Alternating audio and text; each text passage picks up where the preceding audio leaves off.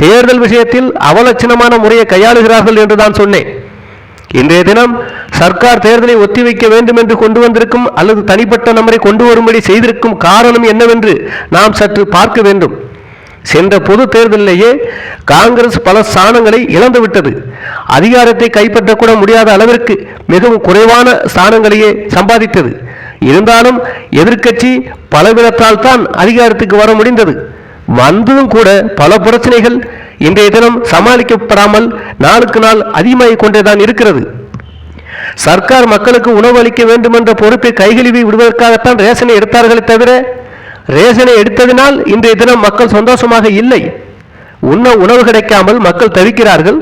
பஞ்சத்தால் குழந்தைகளும் குட்டிகளும் தொழிலாளர்களும் நெசவாளர்களும் தவிக்கிறார்கள், இறந்து கொண்டிருக்கிறார்கள். குடிக்க தண்ணீர் கிடையாது, உண்ண உணவு கிடையாது.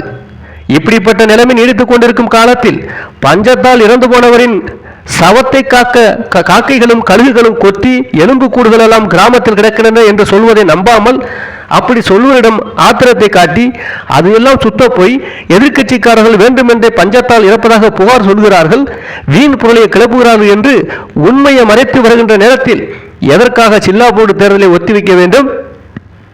சில்லா போர்டு தேர்தலை இந்த சமயத்தில் வைத்துக் கொண்டால் தொகுதிகளை தேர்தல் பிரச்சாரத்துக்கு செல்லும் காலத்தில் பட்டினி பட்டாளங்கள் முன்வரிசையில் வந்து நின்று காட்சியளிக்குமே என்ற அச்சத்தால் தானே தேர்தல் பிரச்சார மேடையில் பஞ்சத்தால் இறந்து போய் காக்கை கழுகுகளால் கொத்தப்பட்டு கவனிப்பாரப்பட்டு கிடக்கும் மனித எலும்பு கூடுகளை எல்லாம் பொறுக்கி கொண்டு வந்து போட போகிறார்களே என்ற பயத்தாலா தொகுதிகளில் கடும் வெயிலில் தேர்தல் பிரச்சாரம் செய்ய போய் குடிக்க கூட தண்ணி இல்லாமல் தொண்டை வரல நான் வரல தவிக்க வேண்டியது நேரிட்டு விட போகிறதோ என்ற உள்ள நெருக்கத்தாலா?